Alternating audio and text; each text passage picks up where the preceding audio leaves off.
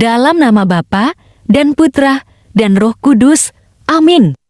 Allah yang berbelas kasih, sabdamu adalah terang dan pelita hidup kami. Bimbinglah kami oleh Roh Kudusmu. Amin. Salam, Bapak, Ibu, dan saudara-saudari terkasih dalam Kristus Yesus. Salam sejahtera dan salam damai beserta Yesus Kristus. Marilah kita membaca, mendengarkan, dan merenungkan firman Allah.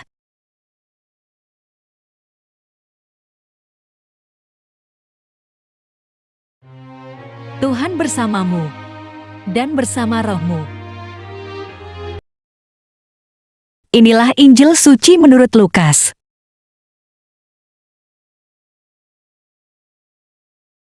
Dan ketika Yesus telah dekat dan melihat kota itu, ia menangisinya. Katanya, "Wahai, betapa baiknya jika pada hari ini juga engkau mengerti apa yang perlu untuk damai sejahteramu. Tetapi sekarang hal itu tersembunyi bagi matamu."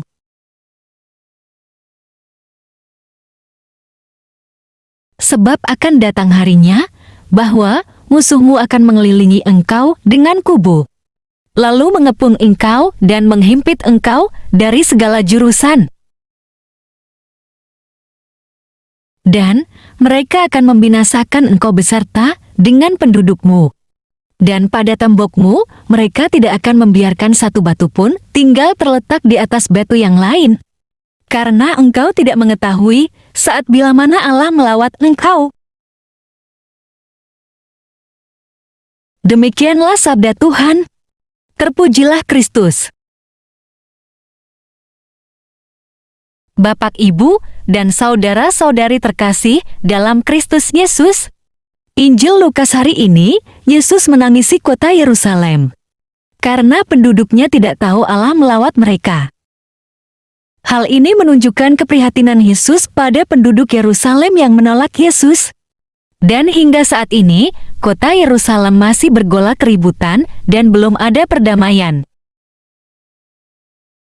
Padahal bangsa Israel adalah bangsa pilihan Allah.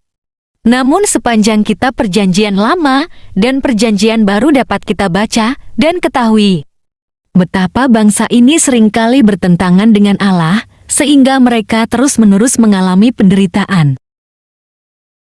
Itu sebabnya, kenapa Yesus berkata, sebaiknya Yerusalem mau membuka diri dan mau mengerti betapa mereka membutuhkan damai sejahtera.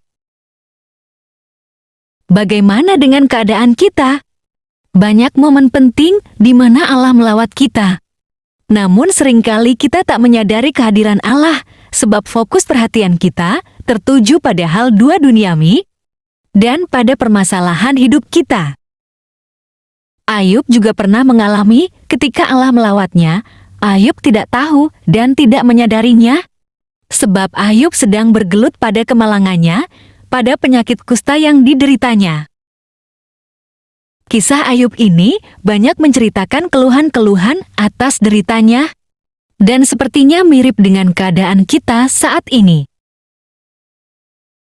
Kita di sini maksudnya adalah hampir sebagian orang mengalaminya, dan hanya sebagian orang yang mampu mengatasi masalah hidupnya. Semoga Anda pembaca renungan harian ini tidak banyak mengeluh dan sedang tidak menderita, melainkan dalam keadaan damai sejahtera. Bagaimana kita tahu dan menyadari Allah melawat kita?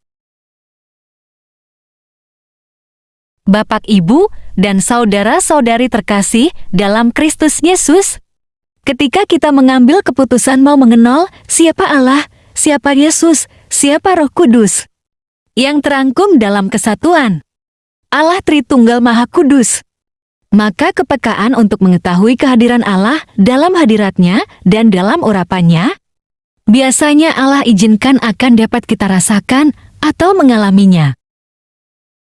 Daud dan Ayub mengalami hadirat dan urapan Allah pada saat mereka sedang mengalami keadaan terpuruk, dan memutuskan untuk mencari Allah, untuk mengenal Allah, dan sampai akhirnya mereka mengalaminya, dan memuji betapa baiknya dan mulianya Allah. Bapak, Ibu, dan saudara-saudari terkasih dalam Kristus Yesus, hendaknya setiap hari kita bersaat teduh bersama Tuhan. Karena kita mencari Allah, maka kita akan menemukan dan merasakan kehadirannya. Semoga kita terus mengalami kehadiran Allah dalam hidup kita, dan jangan sampai kita tidak tahu dan tidak mengerti ketika Allah melawat, karena sedang larut pada diri sendiri dan tenggelam dalam keduniawian.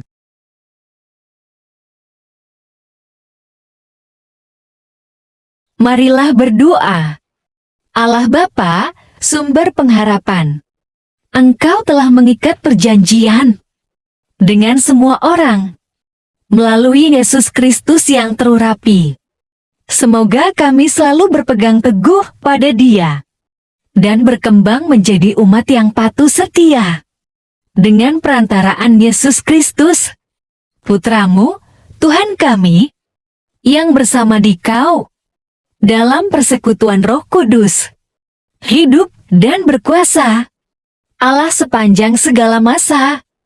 Dalam nama Bapa dan Putra dan Roh Kudus. Amin. Terima kasih telah mendengarkan dan merenungkan firman Allah.